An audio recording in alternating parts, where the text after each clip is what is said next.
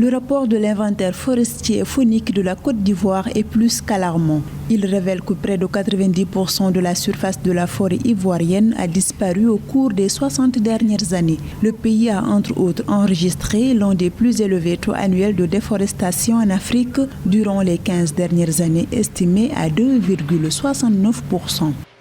La Côte d'Ivoire, depuis près de 6 décennies, est confrontée à une déforestation accélérée. Également, la station sur les 15 dernières années est le plus énorme, avec près de 3% de déforestation. Donc, cette situation s'explique principalement par l'exploitation forestière anarchique, également l'agriculture également anarchique et qui ne respecte pas les normes, notamment la cacaoculture et d'autres cultures de rente. On a également le phénomène de l'orpaillage clandestin qui est de plus en plus en train de gagner du terrain. Et donc, c'est l'ensemble de ces éléments-là qui justifient cette déforestation accélérée.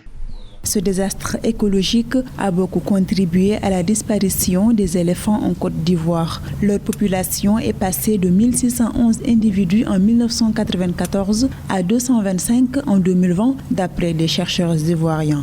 Outre cela, le pays a connu une baisse de sa pluviométrie, un dérèglement des saisons et une disparition de nombreuses espèces animales, dont une trentaine sont déjà classées sur la liste rouge de l'Union internationale pour la conservation de la nature. Certaines aires protégées en Côte d'Ivoire, premier producteur mondial de cacao, sont maintenant transformées en plantations de cacao, déplorent les écologistes. Le pays perd en moyenne 250 000 hectares de forêt par an.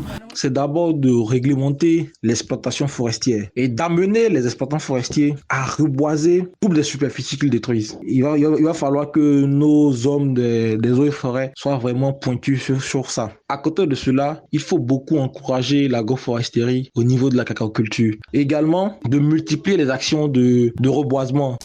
Depuis août 2020, une force verte forte de 650 hommes et femmes est opérationnelle dans le cadre de la politique forestière gouvernementale. L'exécutif s'est engagé à restaurer au moins 20% de la couverture forestière nationale d'ici à 10 ans.